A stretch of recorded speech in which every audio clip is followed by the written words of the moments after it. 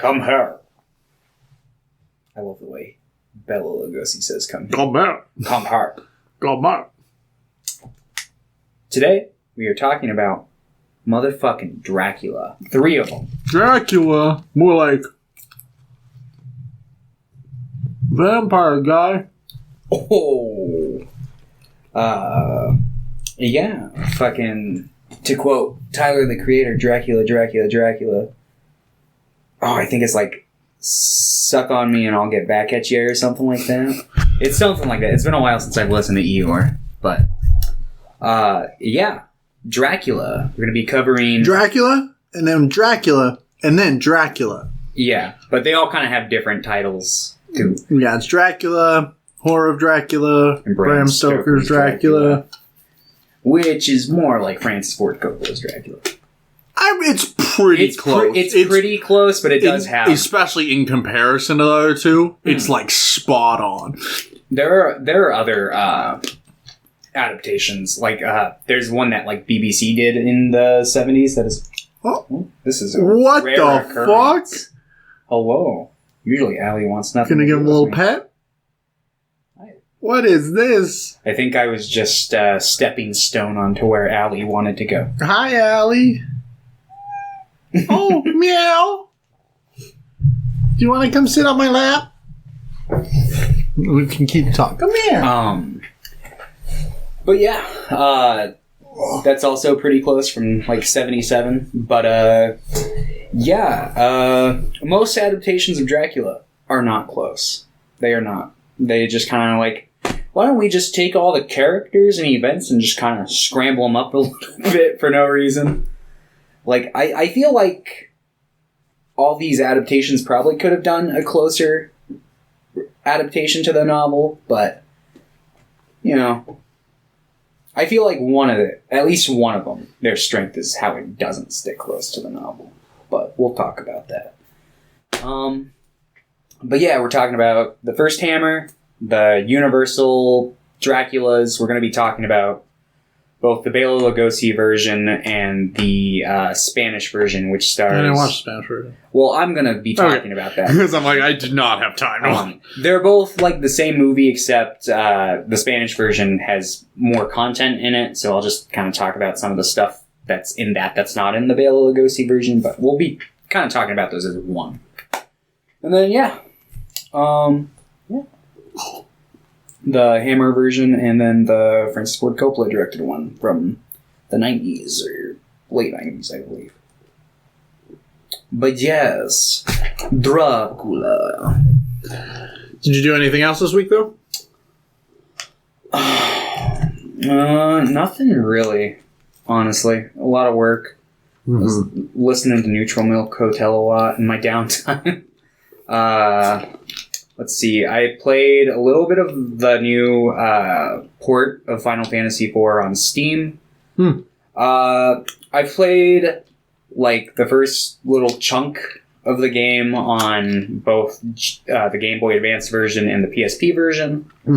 And I gotta say, out of the 3 of them, this one's probably the worst because it's really easy compared to those two. Like they really dumbed down the, like, not dumbed it down, but like made it so it like takes less to defeat enemies and stuff, and it's just like it's not as gratifying. But you know, if you just want to play through the stories or whatnot, they're pretty good. I just wish they would have included a difficulty setting instead of just being like, it's all easy. But you know, so I played a little bit of that. I beat the first 2 episodes of the Spider-Man DLC that they did. Oh, nice. I still have to do the 3rd one. But yeah, I kind of was like, I'm going to take a break because I've been playing that game a lot throughout the last week, so. But yeah, that's pretty much been it. How about yourself? I watched a couple things. Let's see.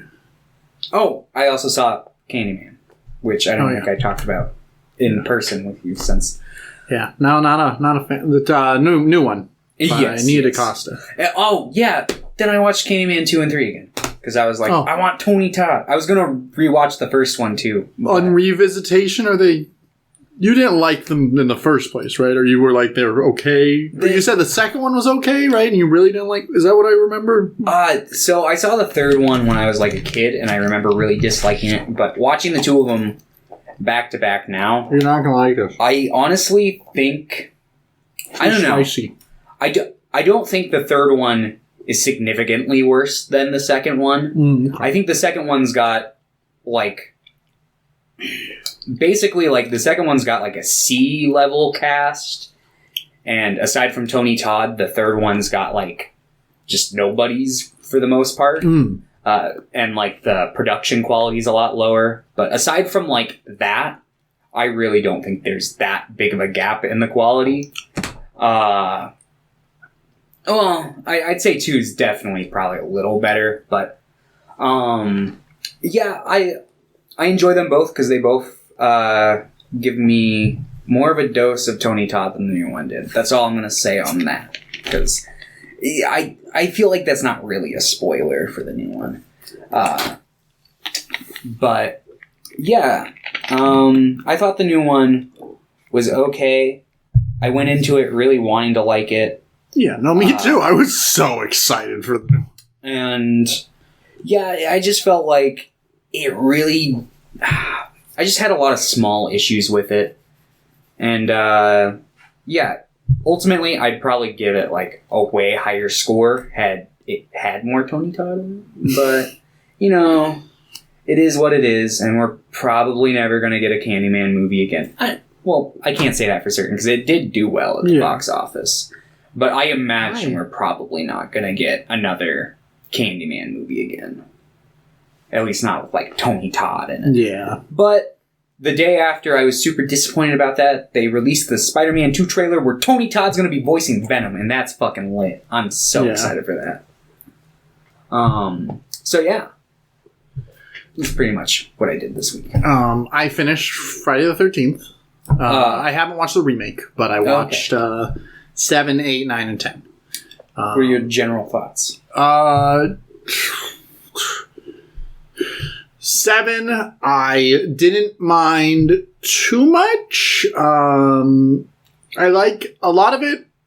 Felt like actually like my problems with the 5th one, but they made it because it's kind of the same struggle. Like the main character's like, "No, I'm not crazy. He's back," but he actually is back.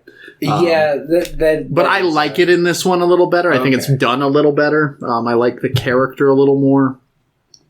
I really, really do not like any of the kids in that movie except for the main character. I like the surrounding area, and like the psychic stuff's fun. The climax is really fun. I like the climax up until like the actual resolution point. I thought that was a little lazy, and I did too, but I also thought it was kind of funny. So I think it would have been cooler if they did some zombie makeup at the very least. Yeah, but they didn't, and it was just like, what is this, Lake Tahoe? Perfectly preserved down there? But, yeah. So 7, okay. Jason Takes Manhattan is fucking awful. I don't know if you like that one. But, oh, no, I've been shitting on that one for years. I think there's a couple things in it that I like. At one point, he punches a guy's head off. Mm-hmm. That was fun. Yeah, there's stuff about it that's okay. But I was hoping that when he actually got to Manhattan, I would like it. But, like, the first thing they do is the movie's just really fucking racist as soon as they get to Manhattan. They're like, yeah, we're going to have a bunch of brown people.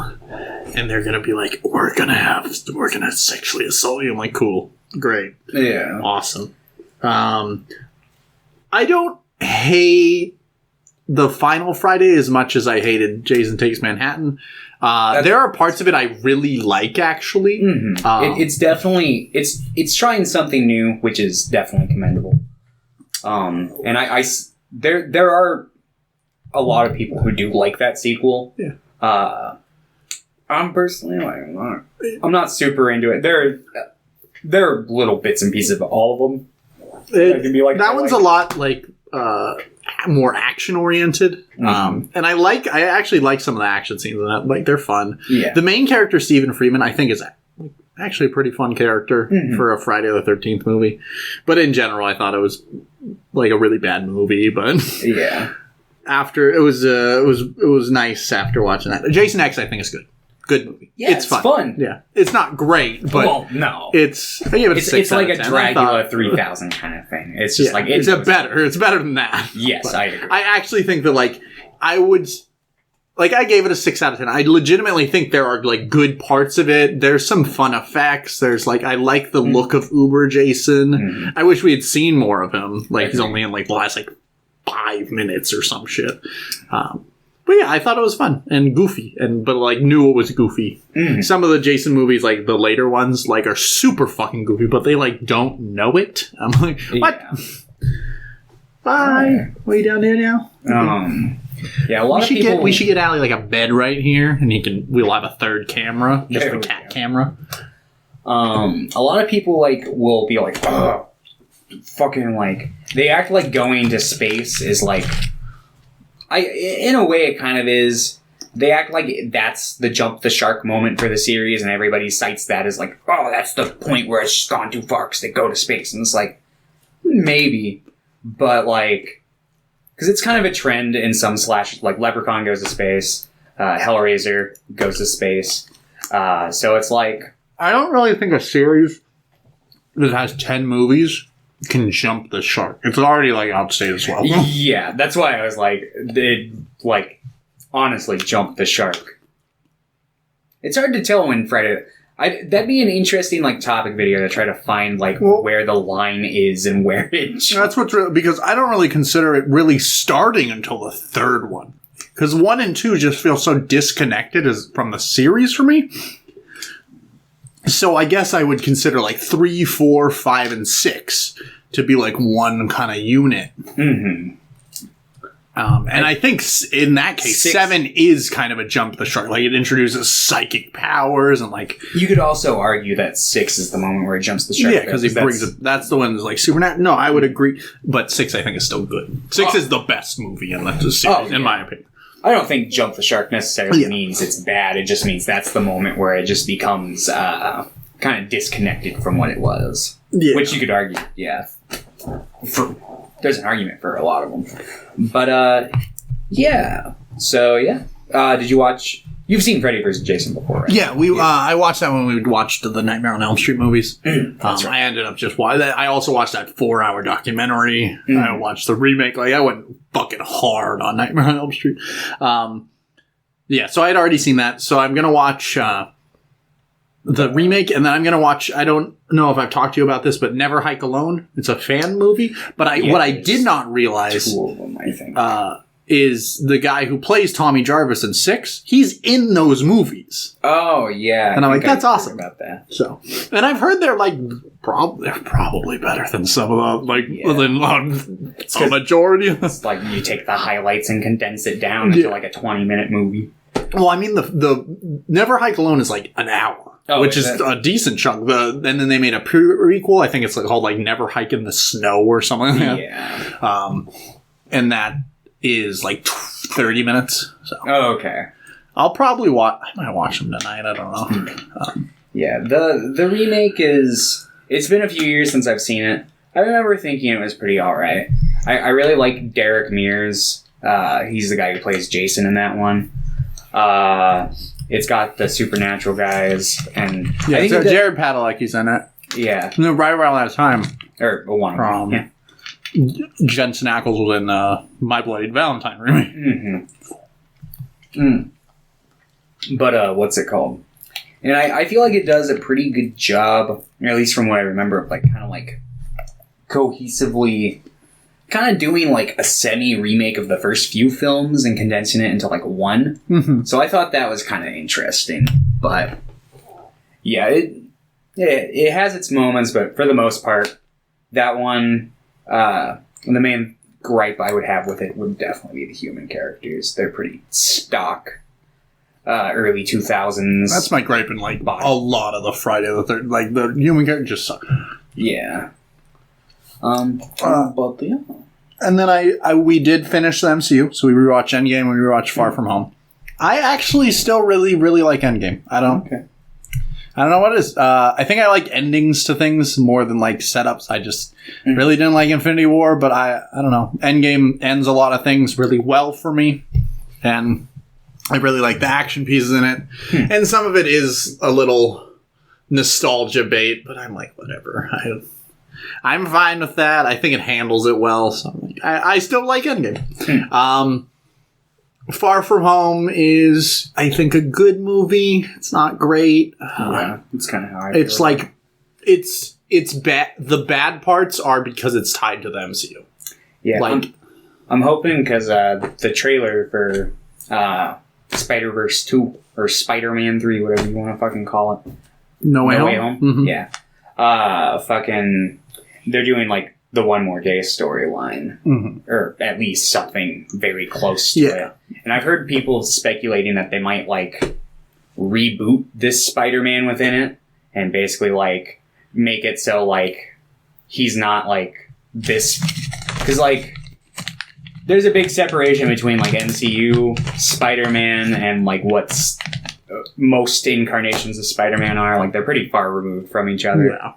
So I'd be interested to see it, as long as they don't like erase Peter Parker's memory. I think that it could potentially work, but it'd be... Yeah, we'll see. I'm excited for the movie, but but most of Far From Home, I think, is the bad parts are because it's trying too hard to relate to the MCU, which is, I think, most of the problems I have with Homecoming. It's just being pulled down by that. Yeah. I thought Homecoming did a better job at feeling like a Spider-Man, because like aside from like Tony coming in like here and there throughout the movie, it was pretty like, but whereas like in Far From Home, it's definitely picking up from where the Avengers movies left off, and it plays a bigger role in that story. Yeah. And then I watched the new James Wan horror movie, Malignant. I've heard some people really like it, and I've heard the majority of people saying it's absolute fucking garbage. I really enjoyed it. Pretty much Joe, me, Hinatea, Pierre all really liked it. I know it's like a big like fucking Italian horror kind of like spiritual. How do I pronounce that word? Giallo? Gallo? Yeah, I've never been. Jello? But yeah, I really liked it. It's dumb. It's very dumb, but it like goes for it. The effects are fun. There's a lot of unnerving things in it. It's able to hit that tone of like pretty dumb, but like well crafted enough to still be like scary or haunting or unnerving. I'm interested. And the music in it's fantastic. Yeah, I'm interested to see it, but I'm not gonna lie. I saw like the trailer for it during Candyman, and I was like, the premise didn't seem very appealing to me, but I will go into it with an open. I didn't see the trailer. I have no idea what the trailer goes for. It's basically she's like, I can hear dead people talking to me, or I've been seeing them, or something, and then it's like mostly just like the shot where she's like sitting down on the ground, and then the camera pans around her. Those effects are pretty fun though. When they do it, there's some fun transitions. I also saw it last night in Soho trailer. I'm excited for that one. And I saw the trailer. I'm like, this is fine. I watched the trailer, and I'm like, I'm curious to know if Edgar Wright cut the trailer, because he used to do. I don't know if it was called Trailers from Hell. He used to do this thing for this website where basically he would watch old like movie trailers that were like kind of like creative trailers, and he'd basically be like, oh yeah, this movie's got a really great trailer, and he'd kind of talk about the trailers for him. So I mean, and I noticed this trailer had like some stuff that was just like the ending of it, like kind of has like the big kind of like 80s style where the font comes up and like freezes with the frame and stuff like that. So I'm pretty sure he edited that trailer together, because I don't really see producers or a modern like trailer editor unless it's something that was specified. Like, yeah, I want something like this. Yeah. And then the last movie I watched The Card Counter, which is a new Paul Schrader movie with Oscar Isaac. I liked it, but... And I really, really like what the movie's going for, but it's just kind of all over the place. Oscar Isaac's incredible. And I was talking to somebody, and I feel like Paul Schrader, from what I know about him and from what I've seen from his movies, he seems like a director who has a really cool vision. He's a really good writer, but he isn't necessarily able to convey that well to his actors. So if they don't get it, then it's like not like Tiffany Haddish is in the movie, and I don't like hate Tiffany Haddish or anything. No, she's great. She has some good like comedic roles, but she's definitely like she's trying to get into more serious stuff, and I respect that. And she is good about half the time. There's some scenes where she's really, really good with Oscar Isaac, and there's some scenes where she's really, really bad. And I don't really blame her. I think it's just like Paul Schrader might just not be a fun director to work with. He might not be able to like convey it very well. Yeah. I don't know for sure, because you very much like gotta have those conversations where you're actors, where you're like, all right, this is your scene. This is like what you should be feeling, and maybe talk with your actors and develop more stuff. Like, be like, do you have any questions about your character that we can like work out and implement into the scene here? Stuff like that. So it's like Ty Sheridan. I kind of felt the same way about in it. He's kind of hit or miss, but Willem Dafoe's also in it. He's really good. Well, of course. And most of the cinematography is pretty good. Most of the camera work's good, but then they have this like really dumb shot that they keep doing when they're in this like prison area. And it works the first time because there's like metal music playing and it's like blaring and it's supposed to make you feel uncomfortable. But then the next time they do it, it's like a calmer scene and it's filled with dialogue and it just looks fucking stupid. Yeah. Overall, I still like the movie. I just... Yeah. Kind of... Yeah. I like Paul Schrader, though. At least the movies I've seen from him. I don't like Dog Eat Dog, but First Reformed... That blew my mind. So, like, I will give him the benefit of the doubt, and I do want to watch more of his stuff. And I think he was a good writer. Like, Taxi Driver's good. I don't think that movie's great, but Taxi Driver's good. Yeah. And I feel like it gets really elevated. Yeah. But and it's like, I get that it's got its place in, like, film culture history and shit for sure. But, yeah. Yeah. Yeah, but those are the movies I watched this week. And I don't really think I did anything else. We did the escape room, partially. We didn't succeed. Yeah, we're doing it again tomorrow. Well, you're not going. I'm not going again. Nah, I'll probably... If I do go again, it'll probably be to a different one.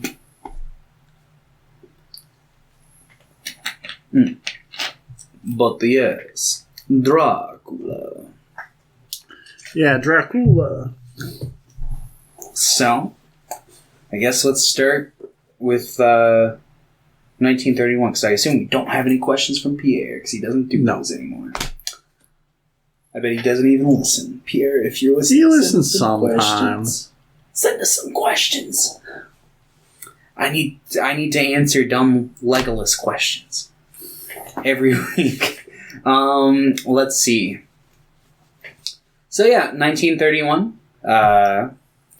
Dracula, Universal Studios, they had been making their way into the horror market for a handful of years with Lon Chaney, doing stuff like Phantom of the Opera. And yeah, so basically, he was going to originally play Dracula when they were planning it out, but he got lung cancer and died. So they were like, we don't know who to cast. So I don't know if it was Todd Browning or if it was Carl LeMay Jr. who wanted him, but somebody wanted Bela Lugosi, and basically like Carl LeMay Sr., the producer of like Universal at the time, was like, I don't know. Because I think there might have been some like racism going on, because don't want to cast the titular character as someone with a thick accent, you know? Yeah. 1930s America. But so they struck a deal where Bela Lugosi would be in the movie, but he would basically, like, the only way that they could get him cast in the movie is if they got his pay docked. So he didn't get paid. He got, like, paid, like, half the amount that the actor who played Jonathan Harker did. Like, he really, like, did not get his due diligence. And, yeah. But Universal got the bang for their buck because they created probably... Between Frankenstein and Dracula, those are probably, like, the two most solid horror icons. Like, popular horror icons to exist. The Nun. The Nun. The Boy. Annabelle.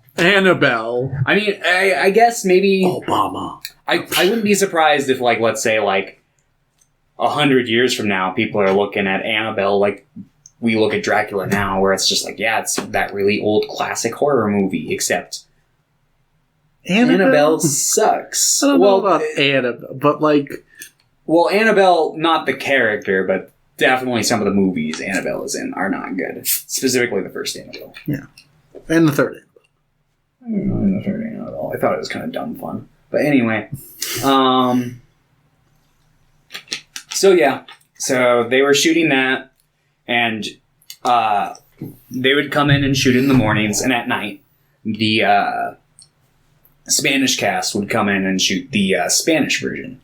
And basically, in the Spanish version, the director of that one was just like, I want to one-up everything they're doing. So, like, he basically just either tried to crank it up or do the opposite. Like, if they got a shot in the English version where, like, you know, it's like maybe, like, the camera's on the right side looking at a scene, it would flip over to, like, a different perspective, or, trying to think, like the scene where Dracula knocks the mirror out of Van Helsing's hand. Instead of using his hand to knock it out, he literally, like, takes a second, gets really fucking angry, takes a cane and fucking beats the box down.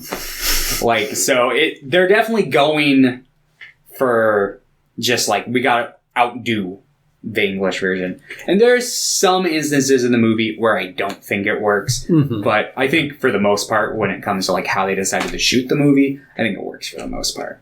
I think there are definitely sequences that you can argue for, like Dracula's first appearance in the castle, instead of expressing the dialogue, like, with Dracula up here and Renfield down here.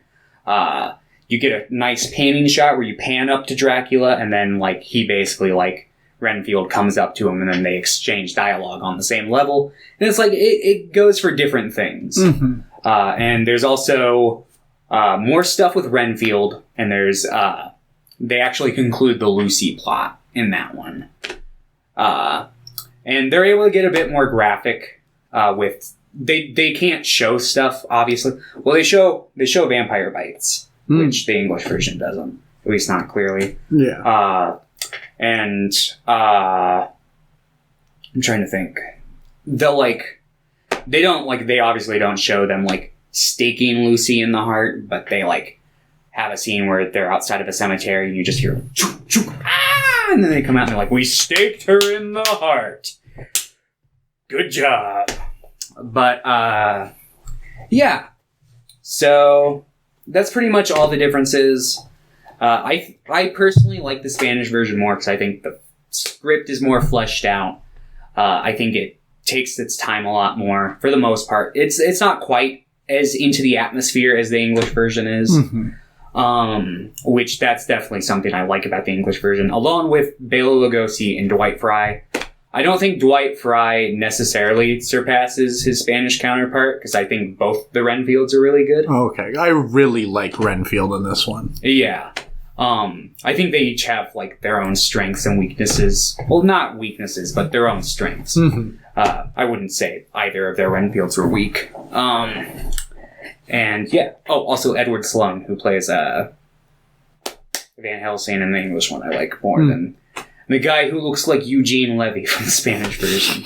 He literally looks just like Eugene Levy if he were a little bigger. It's Eugene Levy. But yeah. Oh, and the one scene that is definitively better in the English version is the confrontation scene between Dracula and Van Helsing. There's a scene where, like, Dracula is, like, trying his mind control powers on Van Helsing, and like, Van Helsing, like, wills against it. Whereas in the Spanish version, he's like, all right, I'm going to put my cape over my face, I'm doing the mind control on you, and you're going to put that cross in that box there. And he's like, yes, I will obey. It's like, did you do it? And he just closes the box and still has the cross on. He's like, I did it. And it's just like, it's different. And it's not anywhere near as, like, cool as, like, the willpower of the fucking Van Helsing in the English version. But, yeah. Also, the English version has 2 versions, which are the same cut of the film, but Philip Glass did a score for it. That's on, like, some releases. Like, on most of the DVD releases, you can pick between the original cut or the cut that has the Philip Glass score. And he did the score for Candyman. So yeah, it's like, Philip Glass is... Did you watch that one? Is that one really good? Yeah, I've seen it before. I really like it. You'll see a lot of people online going, no, the minimalistic soundtrack of the original is superior. And I think that there is a case for that. But I want to listen to some Philip Glass. But Philip Glass's score for it is really good. I really like it, so. But I really like Philip Glass, so. I really like Philip's ass. Did you hear that, Philip? But yes. So the actual movie has some differences from the novel, which, if you want to know more about the novel, watch our episode. We just covered it on Read Weens. Yeah, we did. This is the companion piece to it. Anyway, so instead of Jonathan Harker going, it's going to, like, Transylvania to meet Dracula. It is Renfield, and the castle bit is really short. Like, it feels like he gets there, and then it's just like he has one night of terror, and then it's just like they're on the ship, and so they go back to England, or it's England in this version, right? I think so. Okay. So yeah, they go back to England, and Dracula's there, and he does his typical shenaniganry, tormenting the typical casts, but they're scrambled up. So it's really weird. Like, so Mina and Jonathan are like barely. Jonathan's barely in it. Mina's in it a little more. Yeah. Lucy is there for one scene, and she gets bit and dies, and then she comes back as a vampire, but in the English version, they never resolve that plot thread. Which is... It happens. She's just out there. She's just out there. She's definitely, like, still lurking around. It's meant to be a cliffhanger. But, Did they not resolve it in any of the sequels? Huh? Did they not resolve it in any... No. The Universal Studios movies, they're not like movies are today, where it's like they'll try to somewhat connect to the...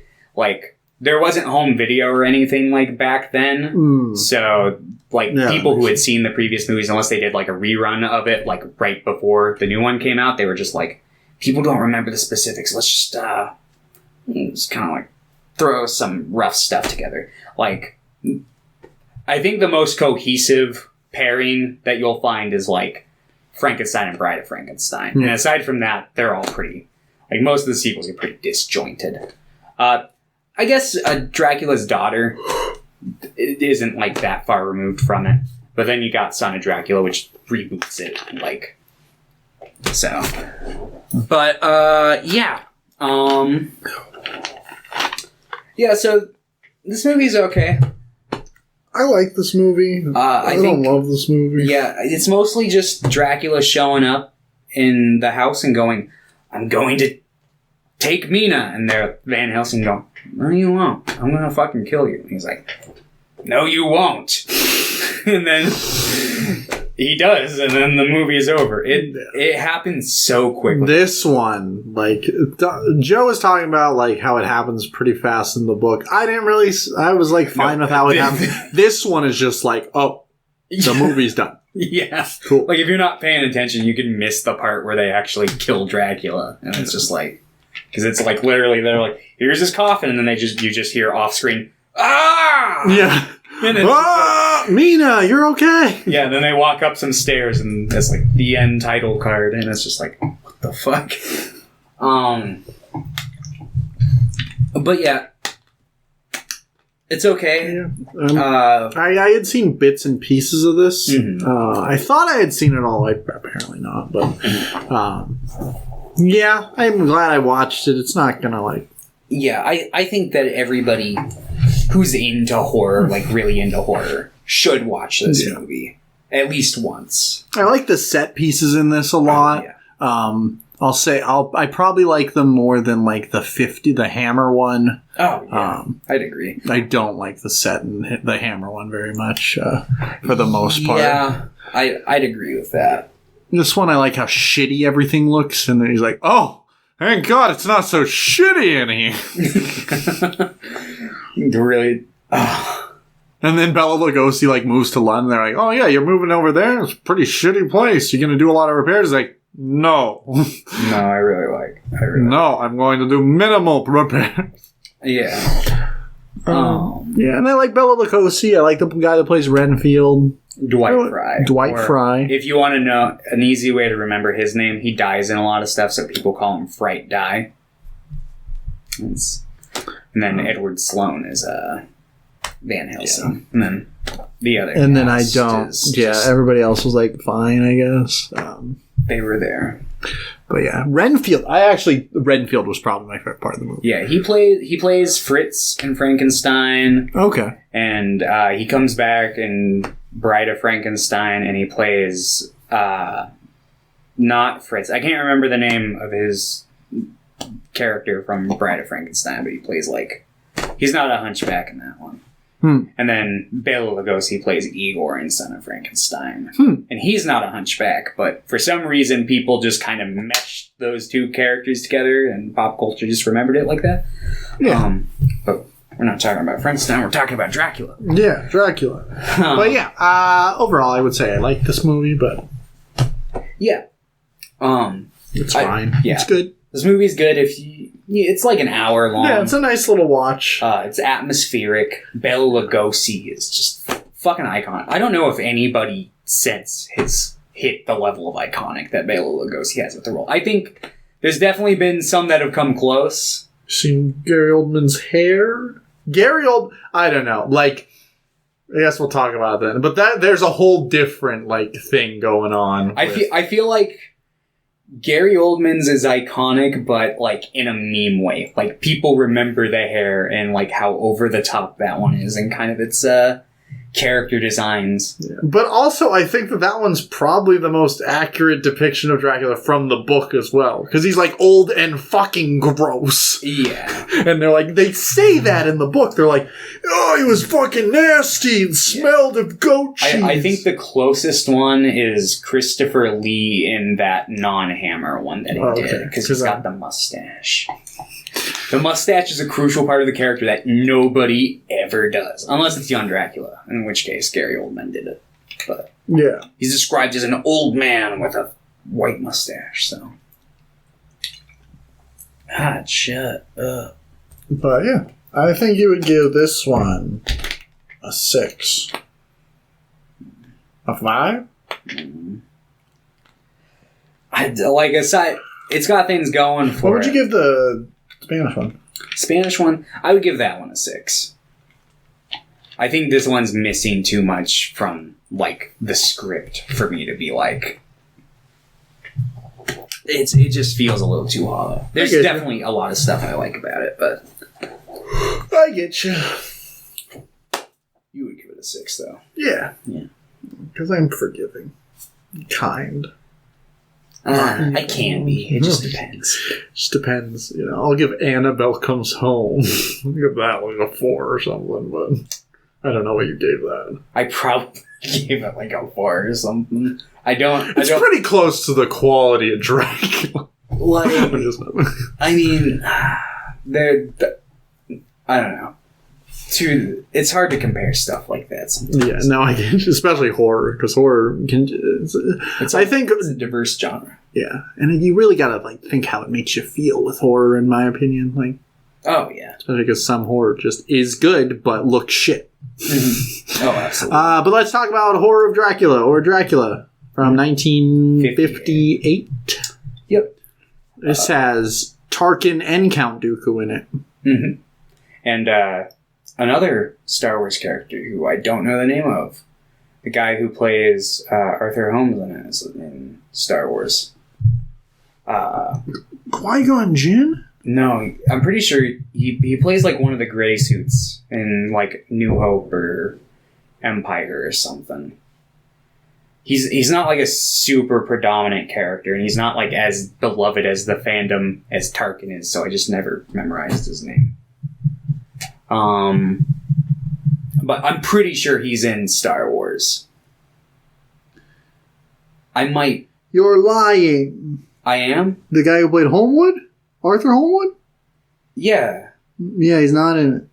Oh, I could have sworn he was. Maybe he just looks like a guy who's in it. I don't know. However, he does play Alfred in the 80s Batman movies. Oh, does he? Yeah. Oh, that's interesting. I didn't know that. That's cool. Yeah. So Christopher Lee's great. I really like him. Yeah, Christopher Lee is... I don't think he's like as iconic as Bela Lugosi, but I really like him. He's fun. I really like his dynamic with Van Helsing in this one. I really, really like the chase scene at the end where he's just like, and he's like, his cape's flowing, he's just running. Yeah, this Dracula doesn't talk a lot, especially in the sequels, because Christopher Lee was just like, yeah, the writers would give me shit dialogue, so I just wouldn't say it. Like, yeah, but he felt like he was going to put people out of work if he didn't keep making these shitty Dracula sequels, so... And if all he had to do was show up and just stand in a cape. Yeah, pretty much. Get money. His Dracula is very much kind of like... I don't know, it kind of gets into like beast mode a lot. Like he's very much like always running around. Yeah. Trying to kill people and... Rah! Like I love the end of this one where he's just like... This doesn't have any adaptation of Dracula, but he just throws Mina in a hole and just starts trying to bury her frantically. And she just wakes up and she's like, "Wah!" I love it. It's so funny. This one definitely has a more prolonged finale. Like it's an actual like fight. There's some fun effects with like the hand melting and the foot melting. Like that's I love that scene. Yeah. And then I really like the ending of it, just like zooming in on like his ring or something. Mm-hmm. Cutting. Yeah, so in this version, Jonathan Harker is a vampire hunter. I'm like, what the fuck? He's a vampire hunter. He knows about Dracula when he takes the proposition to go visit him at his castle. Yeah. Trying to be... He's like, I'll be your librarian. But he gets there, and there is a bride of Dracula, I guess. But she's like, oh, I'm trapped here. He's keeping me prisoner. You gotta help me. And he doesn't. She like goes in for a hug and bites him. I think that's pretty dumb. If I was in Dracula's castle and I just saw a random woman like walking around, I'd probably be like, well, I feel like because this is Dracula's castle, anyone here is probably a vampire. Or probably has nefarious intentions. But yeah, so she bites him, and then with his last little bit of free will, he goes down to the cellar or wherever it is that Dracula keeps his coffin and hers, and he decides to stake her first, which is like a really dumb mistake. Yeah, I'm like, what the She starts screaming, and Dracula wakes up and is like, I would start with him, because like, according to some vampire lore, if you kill him, she might even turn back to normal. But no, he kills her and she turns into an old woman in the casket, which I like that effect. I think it's pretty cool. And yeah, so he kills her. Dracula wakes up and fucks him up, and then we travel Van Helsing, who is looking for him, gets clued in by one of the locals, like, yeah, he's there. So he goes there, finds Jonathan Harker, vampirized, chilling in a coffin. So he kills him, then goes to report it to his family, the Homewoods, because he was going to marry Arthur Homewood's sister, Lucy, who is playing the Mina role in this story. I don't know why they do this either. I'm like, well, why not just not have Lucy? Like, was Lucy a really popular name at the time? They're like, we need the character to be Lucy. I don't know. I honestly don't. I mean, part of me thinks that they're just trying to do like a fresh take on Dracula, and they're like, we're kind of like deconstructing it by just mixing up the names and roles. And it's like, what if Van Helsing and Jonathan Harker were best friends? Mm-hmm. Stuff like that. And it's definitely much more of like a fucking like poppy kind of just standard like take on a Dracula, like for a dumb B horror movie. It's not like totally off in the B realm, but it's definitely over in that direction, you know. The sequels 100% like B movies. Like are any of the sequels any good, or are they all pretty rough? There's one of them that's pretty alright. I can't remember the name of it off the top of my head because it's been years, but there's one where like one of the guys is like an atheist, and that one's pretty alright. He's like, vampires can't exist. Yeah. Fuck you. It's a pretty interesting dynamic because he can't use any of the religious fucking shit to kind of defend himself because he doesn't believe in it. Which I feel like that could be rendered easily like away with like Fright Night logic, where like it's like the second they figure that out, they can just be like, aha! And then it's like, oh, fuck. But speaking of Fright Night, this is where the Evil Ed thing originated from, because they do the cross on the head and it burn marks Mina.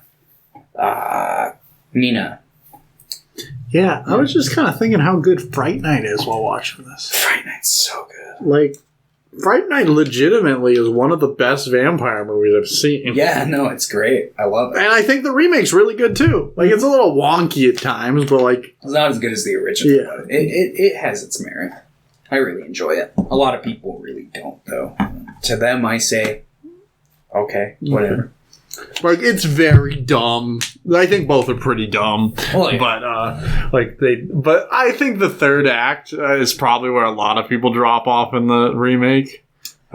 That's where and I think it's very fun. Yeah, I like that they decided to go for like the kind of like big Hollywood spectacle kind of action stuff, because it's like, you know, it's a remake. Why not? Yeah. The original film still exists. We still have it. Yeah, exactly. That's why I like remakes. I'm like, do whatever the fuck you want. Don't make it the same, please. Yeah. And the remake, for the most part, does kind of stick to the same trajectory, but it branches off here and there. Yeah. It modernizes it pretty well. Mm-hmm. And then Anton Yelchin is great. And Colin Farrell. Yeah. And then McLovin. He's okay. I think he fits the role well enough. Yeah. But yeah, so... David Tennant's all right. Toni Collette, that movie's really good. It's got a good cast. I want to rewatch that movie. Poots, is that her name? Yeah. She's not very standout in that movie, but... Yeah, but then they went on to be in Green Room together. Yeah, and then... And they're standout in that. That they are. I miss Anton Yelchin. I do too. Well, you win some, you lose some. Yeah. But, yeah, horror Dracula. It's basically the same Dracula story. It's just like Van Helsing's a little more involved throughout the whole thing. Yeah. I think Peter Cushing's actually pretty good. Oh, yeah. I think this might be the first thing I've seen of Peter Cushing outside of Star Wars. Oh, really? Just because, like, I don't watch a lot of older movies. Like, I try to, but there's so many movies. Yeah. And I have so much, I don't know, hate for myself that I'm like, I'm going to watch all the Friday the 13th movies. It happens. Yeah. And I mean, like, Peter Cushing was in a lot of older horror movies, and that especially is like a really blank spot for me. It's like, I have not seen a lot of horror movies from around this era. I see. I've seen the best one, though. The Invisible Man. The Invisible Man came out a good while before this one. But, you know. It's fine. There was probably an Invisible Man movie that came out around this time, too. Actually, maybe not. I think Abbott and Costello might have met the Invisible Man. They did. I'm pretty sure. Yeah. But yeah. Speaking of which, I guess that's something we could talk about a little bit here. Hammer basically came along, kind of like revitalized these horror icons because they had kind of grown campy through some of the later Universal installments. I mean, a lot of them kind of campy in the first place too. Why don't they should like redo this kind of like the Abbott on Costello meet like Frankenstein. Why don't they have like Kevin Hart meets Frankenstein? It's like Kevin and the Rock meet Frankenstein. I would actually watch that. I would probably have to watch it because it's got Frankenstein. That sounds amazing. In Hollywood, if you want that idea, pay us $50 million. Or like the Muppets meet Frankenstein. The Muppets have that Halloween special. The Haunted Mansion movie coming, yeah. Whoa! That's going to be... No Muppets Conjure! It's going to be super jarring because it's going to have the new Kermit voice, but it'll be fun regardless. They're like, hey, my name's Kermit the Frog. I watched that series that they did not too long ago. The Office one? No, not the one on Disney Plus? Yeah, the one that's like meant to be kind of like an online Muppet show. It's okay. It's like iCarly, but for Muppets. Yeah, more or less. It's okay. It's okay. But yeah, I just need to get used to the new voice. But it's definitely different. But you know, it is what it is. I'm not gonna fucking shit on the guy or anything. Yeah. But yeah, Horror Dracula revitalized people's interest in the sexy vampire man. That and Evil of Frankenstein, which came out around the same time. Evil of Frankenstein? Is that one pretty good? Yeah, that one's pretty good. That one's also got that's the first Frankenstein movie. And that one's got both Christopher Lee and Peter Cushing in it again. Christopher Lee plays the Frankenstein's monster. And then yeah, those sequels also got corny as hell and strange. Christopher Lloyd plays the monster in one of them. And the actor who went on to do the physical performance... The Curse of Frankenstein. Vader. Curse of Frankenstein. Evil of Frankenstein is one of the later ones. And the actor who played the physical, like, in the suit for Darth Vader was in the Frankenstein from Hell or whatever. I can't remember the specific title. Frankenstein and the Monster from Hell? Yes. David Prowse, there he is. Mm-hmm. Does he play Frankenstein's monster in that? Yeah. Do they just fucking mix it up every time? Huh? Do they just have a different Frankenstein monster every time? Yes. In the Hammer movies, Frankenstein is more of just like an evil fucking just like... He's like, I'm just gonna keep fucking making... I'm just gonna keep making monsters. He does like... He changes his face at one point, but not really, but people think he did. It's strange, and they also reboot themselves partway through. The Dracula does the same thing. But yeah. So, yes. But, yeah, Horror of Dracula. 1958. You would give this one a 6. I would. You would give this one a 6? I would. Bram Stoker / Francis Ford Coppola's Dracula. This is the good one. I fucking love this one. I like this. I like this more this time too. Yeah. I actually think this movie is pretty great. I think the atmosphere is there. I think the atmosphere is like really good. Yeah, I think they do a good job at like bringing the kind of like tone of the Universal to like a more modern kind of thing, and like they play with the colors a lot. Like my favorite shot in the whole movie is probably when like Jonathan Harker's like on the train and you see the mountains in the background and you see like Dracula's eyes. And he does the eyes thing like over the city sometimes. Like it's very fun. Like this movie's very fun. And this movie, like the big Dracula movies really revitalize interest. Like this one definitely did. And this one changed a lot of things. Like this is the first time that they introduced retractable fangs in a vampire movie, apparently. Oh, really? Yeah. I was reading things. Like, apparently that's true. This one also, Dracula walks around during the daytime because he's, like, stronger. But there's a lot of different stuff. But I think this movie's like actually pretty great. Yeah. And all the complaints I don't really see. Like, I mean, I don't really see them as that negative. Like, yeah, they don't like bog down the film for me or anything. Like, I think Keanu Reeves is fine in the movie. Like, I think I really like his monologues. Like, when he's writing journals, I think they're fun. And, like, there are a couple scenes where both him and Winona Ryder, like, they slip in and out of their accent, but I'm like, whatever. It's... Yeah. Jonathan Harker in this movie, his role's not quite what it is in the book. He's more reactive. Yeah. He's this.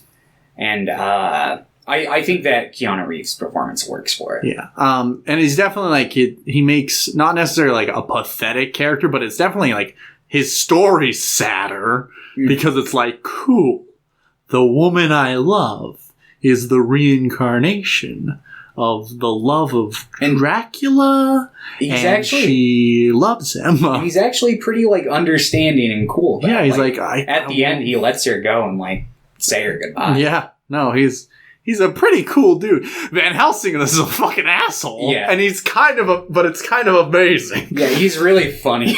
Like, Like, he'll have the same lines of dialogue that he does in the book, but I feel like in here, like, whereas in the book they include, like, additional bits and pieces to his dialogue to make it seem like he's trying to, like, you know, a little bit of sugar helps the medicine go down, but in this one, he doesn't really give a fuck. He's just like, this is a matter of fact.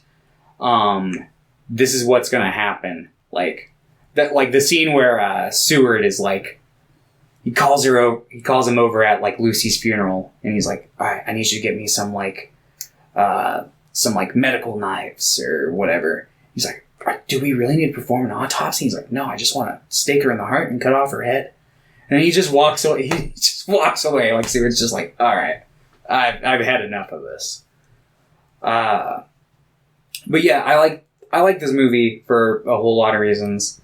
It sticks very close to the book, which is good, and I really like the reincarnation bit. I feel like it adds a certain level of like romanticism and like just like spice that I feel like the novel itself was like lacking a little bit of. I don't necessarily think that it's lacking in the novel, but I think that if they're going to adapt something, this is really close. But I do want you to do something different, probably. Is there a fly? Yeah, it's like flying like in my eye. It just misses you. But I definitely think it's a great addition. It's like a good idea, and it works really well. Yeah, and it makes like all the characters involved more sympathetic and more interesting. It gives them an added like idea. Like Dracula, even before he was Dracula, was like a terrible person. He was a warlord. He murdered thousands, but it does add a level of like humanness to him, even if he's undead. Most of the time when I watched this movie, I didn't really walk away with it this time, but every time before I had watched this movie, I was always like, I just want them to be together. I don't care if he's an evil asshole. Like, because it just feels like so genuine. Yeah, no, they work really well. Like, and surprisingly so. Like Winona Ryder and Gary Oldman have a lot of chemistry in this movie. They do, and I'm like, never thought I'd see that. Yeah. It's so weird. Gary Oldman's so young in this movie, but like most of the time he's in old person makeup. Mm-hmm. I think he was like 36 in this movie or something like that. Yeah. Somewhere around there. And I really like all of the looks for Dracula in this. They really change it up too. Like the big flowing red cape, the big hair. Like I love the costume design in this movie. I love the set pieces. And like I don't really even need to explain the plot because like it's just the plot of the book with the added ideas, and they add a couple things where he like turns into like a literal bat guy, and like there's some wolf stuff. Like it literally it's just the book, but they added some more. But what's so surprising is they're able to do it in such a short runtime because the book, reading it feels like it would be like this big long epic thing, but they're able to effectively do it in 2 hours. Yeah, like for the most part. There's definitely like some parts here and there where I wish maybe they would have like fleshed it out a little more. Like one of the things I really liked about the book was like, and it would definitely be repetitive in a movie for sure, but like how they try like 5 different times to transfuse like blood into Lucy, and they're just like, where does the blood keep going? It's just like, I really like that, and it added like a certain level of like bonding between them, because like all three of like her suitors were like, yeah, we're gonna donate blood to her, you know, on top of like Van Helsing. Maybe it was just the 4 times, but so like I wish that there had been a little bit more with like some of the suitors in this movie, because I felt like, particularly Quincy. I feel like Quincy Morris didn't get a whole lot in this movie. Yeah, but I also don't think he gets a whole lot in the book. He doesn't get a whole lot in the book, but I feel like the amount that he does get in the book could have easily been imported. Yeah, no, I agree. I do think he's fun. Like, it's funny. It's funny having like a cowboy character, and just like, even reading the book, like, this is funny. It's like, I had a little lady. Yeah, fucking. But yeah, no, this is just a solid adaptation. It's just pretty all around. Yeah, I think the acting for the most part is like fine to like great. I think Gary Oldman is great in this film. He's probably my favorite Dracula, just because I like how like bizarre he is. I like the costuming, but it's not just him. It's like everything around it.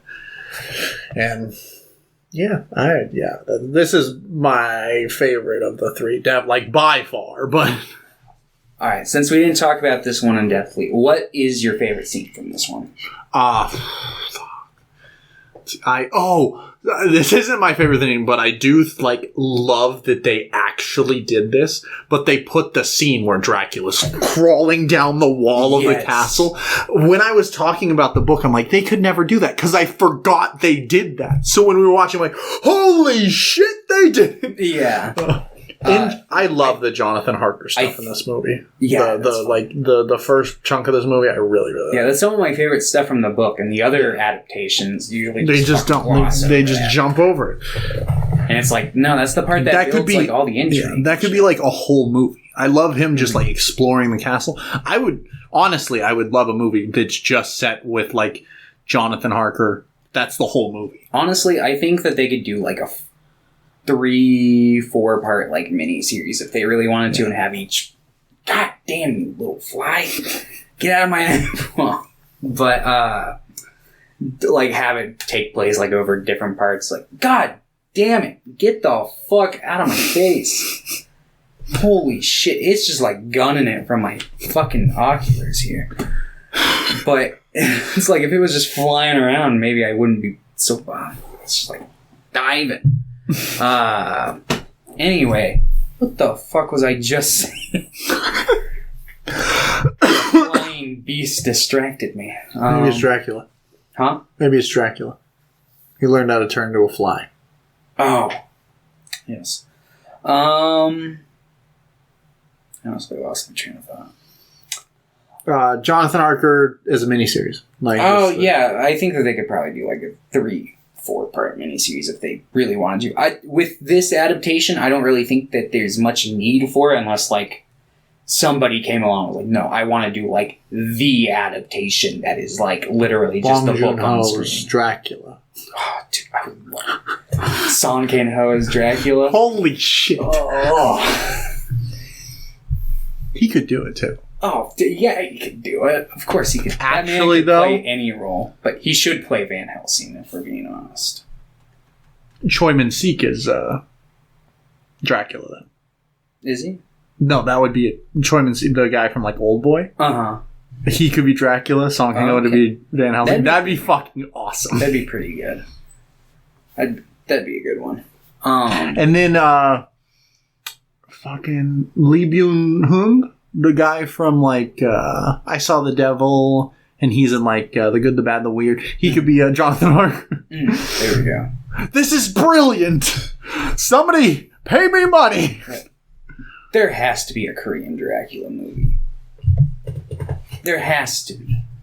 I mean, there doesn't have to be, but there should be. And if there hasn't been, there needs to be.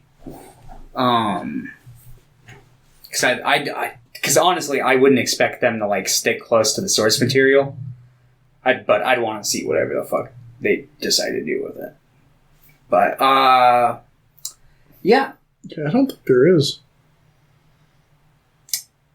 Apparently, there aren't a lot of vampire movies in we got Thirst. Thirst is good. Thirst. But yeah. I really like the scene in this where Dracula's crying blood and he's got like the bat face. Yeah. I actually really like the opening of this movie too. Mm-hmm. I think it's really good. I really like the aesthetic of it. I like his weird red armor and him stabbing in the statue bleeding. Yeah. I like most of the scenes in the movie quite a lot. The soundtrack in this movie is also fucking great. I love that. Just like it really fucking fits the tone of the story really well. Yeah. But yeah, Bram Stoker's Dracula. It's a fucking banger. If you had to watch one of the 3 movies we talked about today, definitely this one. Yeah, I would agree. Like, I think it's important to look at like historic movies and stuff, so it's important to watch the 1931. I don't think in the grand scheme of things you need to watch the horror of Dracula. Probably. If you want to get like, oh, here's a history of Dracula, like it's, yeah, cool, watch it. But that, I think that's the least important out of these 3 at the very least. Mm-hmm. Yeah, no, for sure. I still need to watch, I haven't watched his Frankenstein movie that I know he produced it. I don't know if he directed it. By Kenneth Branagh? The 1994? Yeah, the one that came out like right after the Randy Quaid version overshadowed it, made it so nobody remembers that version. Yeah. Great news, actually. We're gonna be watching. I was like, what? But yeah. Would you give this movie like an 8? Yeah, I'd give it an 8. I imagine you would give this one an 8. Yep. Yeah. Yep. Really solid, and I had fun with all 3 of these, but this one I was like, yo. Yeah. No, this one's great. Fucking. But yeah, I just want to keep this train rolling of this, so we're gonna watch James Whale's Frankenstein. Okay. We're gonna watch Curse of Frankenstein, and we're gonna watch Kenneth Branagh's Frankenstein. Okay. Yeah. Cool. We'll just do that. Sounds good. And then maybe next week we'll watch Invisible Man, and then Invisible Man. The Invisible Woman, The Hollow Man, The Invisible Man Returns. Yeah. You still haven't seen the new... I still haven't seen the new one. I think you would enjoy that one. I imagine I will. Part of me really wants to go through this week and maybe watch the fucking Dark Universe. Because I haven't... watch one right now? No.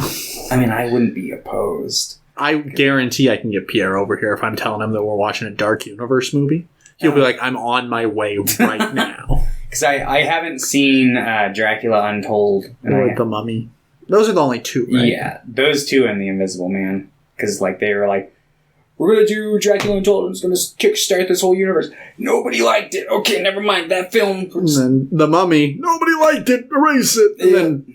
And then The Invisible Man's like really good. But then... for a modern horror movie. But they haven't followed it up yet.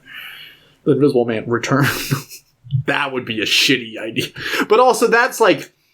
that cannot possibly start. The way that the movie is like paced and like directed, it cannot possibly be part of a new universe other than like, getting an interest in like the properties again. Yeah, I mean, I haven't seen it, but maybe they could theoretically, if they were...